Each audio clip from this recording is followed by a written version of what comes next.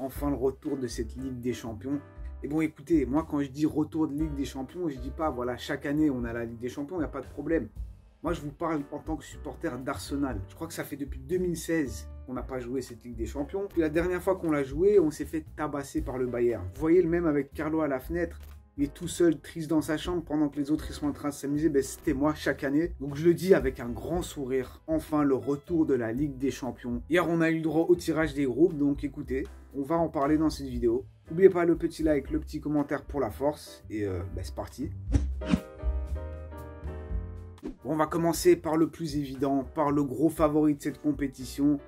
Est-ce que ça me fait plaisir de parler d'eux, de reparler d'eux? Non, vraiment pas. Pep Guardiola et son Manchester City qui vont dans le groupe G avec notamment Leipzig. De toute façon, j'ai l'impression que chaque année, ces deux équipes, elles se jouent. Et puis de manière générale, bon, c'est peut-être mon côté jaloux qui ressort, mais j'ai l'impression que City, c'est quand même très souvent une petite balade de santé. Après, j'avoue, je ne veux pas être mauvaise langue. L'année dernière, ils sont allés chercher le titre et ils n'ont pas eu un chemin si facile. Ils ont dû affronter le Bayern, le Real. Au final, c'était l'Inter. Ok, il n'y a pas de problème. Mais bon, de manière générale, on va dire que la chance est assez clémente avec Manchester City. Pas pour manquer de respect aux autres équipes, donc aux Young Boys, Vrena ou Leipzig. Mais là, je pense qu'on met tous Manchester City premier, avec tous les points possibles, avec 0 but encaissé peut-être même. Bon, j'abuse peut-être, j'abuse. Bon, passons maintenant aux choses un peu plus croustillantes. Le groupe A avec le Bayern, Manchester United, Copenhague et Galatasaray. À savoir que Copenhague, je crois, et Galatasaray ont tous les deux joué les barrages. Bon, Copenhague, une des équipes peut-être les plus faibles de cette Ligue des Champions. Maintenant, va falloir quand même faire attention pour Manchester United parce qu'on sait qu'ils sont capables du meilleur comme du pire. Surtout cette saison, voilà, la saison n'a pas super bien commencé. Là, au final, ils s'en sortent avec une victoire face à Nottingham. Mais bon, attention à eux, surtout qu'il y a des équipes comme Galatasaray qui ont fait un gros recrutement. On sait très bien, en plus, les supporters de Galatasaray, c'est des barjots. Ils ont un stade, une ambiance de feu, donc il va falloir quand même faire attention à eux. Et après ça, bon, il y a le Bayern, évidemment. Le Bayern qui, voilà, est pas aussi fort qu'avant.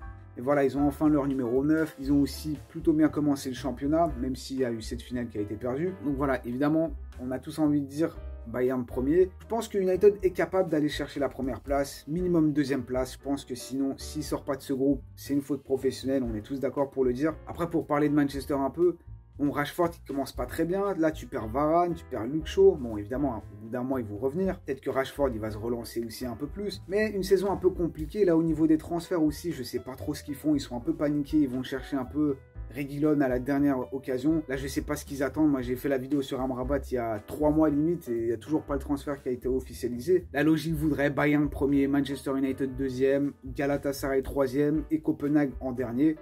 Maintenant, comme j'ai dit, Manchester United sont capables du meilleur comme du pire. Maintenant, le groupe B avec mon très cher Arsenal. Alors, moi, je pensais qu'on allait jouer la Ligue des Champions. Là, j'ai clairement un groupe qui ressemble à un groupe d'Europa, en fait. Au niveau de l'équipe du chapeau 1, je pense qu'on a énormément de chance. On tape Séville. Je crois que c'est peut-être l'équipe qu'il fallait avoir. Avec peut-être le Feyenoord. Séville, ils ont vraiment super mal commencé le championnat. Ils sont derniers du classement avec 3 défaites, 3 matchs, 3 défaites. Ça fait un peu mal. Après, de l'autre côté, Séville, on sait que l'Europe, c'est un peu plus leur truc. L'Europa League en fait, pas la Champions League. Donc en vrai, on peut directement les mettre à la 3e place. Comme ça, ils vont en Europa, ils la gagnent comme d'habitude et on est tranquille. Maintenant, le PSV. Alors quand j'ai vu le PSV, j'étais en mode non, on les a déjà joués l'année dernière. Ils étaient dans notre groupe en Europa League. On a gagné, je crois, le premier match 1-0. Le deuxième, on l'a perdu 2-0. J'ai soufflé, je voulais pas. Ça va être relou à jouer contre eux. Après, bon, l'année dernière, je crois, on a quand même pas mal joué avec une équipe B, on va dire. Mais quand même, ils sont relous, ils jouent plutôt bien. Ils ont perdu Xavi Simons. Mais quand même, ça pouvait être pire.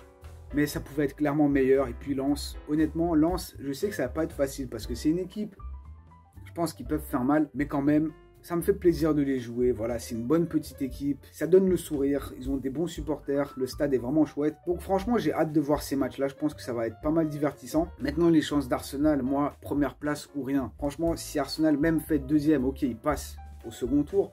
Mais quand même, c'est faute professionnelle comme pour Manchester United, sauf que là, la marge d'erreur, elle est encore plus petite. Bon, quand même, si tu veux prétendre faire partie des meilleures équipes, ce genre de groupe, tu dois savoir les gérer. Donc j'attends une première place, j'attends tous les points possibles. S'ils n'ont pas au moins la première place, moi vraiment pas content. Et puis bon, le dernier groupe avec Newcastle, le groupe F, le groupe de la mort. Ah, là, franchement, je suis déjà content de ne pas faire partie de ce groupe. Et puis là, quand même, on va avoir droit à du divertissement. Première raison, déjà, parce que, en fait, dans cette équipe, moi, je vois vraiment pas de favoris. Alors, ok, il y a Paris, Mais Paris, comme chaque année, ils sont dans un nouveau cycle. Là, peut-être encore plus avec Neymar qui est parti, Messi aussi. Tu as Luis Enrique qui est arrivé, leur mercato qui n'est pas encore fini. Voilà, il y a pas mal de choses qui bougent. Donc franchement, je suis très très curieux de voir ce que ça va donner. Ensuite, bon, tu as le Borussia Dortmund. Voilà, j'ai pas les mots, je sais pas quoi dire. Comme chaque année, Dortmund est là. Maintenant, ils font pas grand chose non plus. Mais quand même, en même temps, c'est une équipe qui est gênante. T'as pas trop envie de les jouer. Voilà, ça bloque toujours quelque part. Il y a toujours une étape qui est pas franchie par cette équipe. Et puis t'as Milan. Milan aussi qui fait un très gros mercato. Et c'était pas donné avec les départs notamment de Maldini. C'était un peu le bordel. Ils font un bon mercato. Et à côté de ça, t'as les Leao, t'as les Théo Hernandez, t'as Mike Maignan, t'as Olivier Giroud. Giroud, j'arrive même pas à le prononcer, c'était Olivier Giroud. À côté de ça, ils ont quand même très bien commencé leur championnat, ils sont très très convaincants. Bon là, il y a Taremi qui aurait dû rejoindre le club, mais au final, le FC Porto a bloqué le transfert. Mais de manière générale, c'est quand même une équipe, je suis pas loin de dire que c'est un peu les favoris du groupe, mais je vais pas trop m'avancer. Et puis bon, the last but not the least, Newcastle qui ont acheté Tonali. Donc Tonali, même pas un an après, il va retourner à l'AC Milan, bon, à San Siro pour jouer un match. Je pense Newcastle, cette saison, c'est une des équipes à suivre, surtout en Ligue des Champions. Donc je suis vraiment très curieux de voir comment ils vont gérer un peu le championnat, la Ligue des Champions. Le championnat, ils l'ont un peu commencé, on va dire, comme ci, comme ça, parce que bon, ils ont fait un 5-1 face à Aston Villa, il n'y a pas de problème. Et après, ils jouent quand même face à City, ils jouent face à Liverpool. Donc théoriquement, tu sais que tu vas perdre des points face à ces équipes-là. Bon. Ils ont perdu des points face à Liverpool de manière vraiment catastrophique. Je pense que Newcastle, c'est une équipe pas mal embêtante. Elle est vraiment solide, c'est très physique. Ils sont relous à jouer, donc voilà, même pour Paris, même pour Milan, qui ont peut-être un peu plus d'expérience que Newcastle en Ligue des Champions, ça va être vraiment très compliqué. Newcastle, en parlant d'expérience, ça fait je crois depuis 2002-2003 qu'ils n'ont pas joué la Ligue des Champions. Ça veut dire que certains d'entre vous étaient même pas là que Newcastle jouait sa dernière Ligue des Champions, pour vous dire. Donc voilà, vraiment, je suis très très curieux. Autant je les supporte pas forcément, mais je suis très curieux de voir comment ils vont gérer tout ça. Et puis bon, pour parler un peu de manière générale de cette Ligue des Champions, parce que j'ai choisi que les groupes avec les clubs anglais. Les groupes, à part ça, je ne les trouve pas incroyables. Voilà, peut-être il y a Naples-Real où ça va être un peu plus intéressant. Avec l'Union notamment, ça peut être assez intéressant. Mais à part ça, je trouve pas ça ouf non plus. Après, ce qui est quand même cool, c'est qu'il y a pas mal, on va dire, d'exclusivité. Avec, comme j'ai dit, Newcastle qui arrive, avec Arsenal aussi, t'as l'Union, t'as Lens, et puis de l'autre côté, t'as des équipes comme l'Ajax qui sont pas là, t'as Liverpool, t'as Chelsea qui sont absentes. Peut-être pas des groupes incroyables, mais cette Ligue des Champions aura, on va dire, une saveur un peu différente, parce que nous, en tant que supporters d'Arsenal, déjà, on va pouvoir vivre cette Ligue des Champions de l'intérieur, et on va pas être comme Carlo. Et puis aussi parce que, voilà, comme j'ai dit, pas mal de choses un peu inédites. Donc franchement, j'ai hâte que ça commence, j'ai hâte de voir. J'espère juste que je vais pas en sortir dégoûté et que c'est pas la dernière Ligue des Champions avant une dizaine d'années. Donc voilà, n'hésitez pas à me donner vos pronos dans les commentaires. Moi, évidemment, c'est Manchester City. Bon, il y a toujours le Real, c'est un peu leur compétition. Mais sinon, j'espère que cette vidéo vous a plu. Si oui, n'hésitez pas à liker, à commenter et à vous abonner si ce n'est pas encore fait. N'oubliez pas le petit triplé. Puis bon, voilà, on se retrouve dans très vite, non. On se retrouve très vite, ouais, c'est mieux. Prenez soin de vous et à la prochaine. Ciao, on va les chicoter.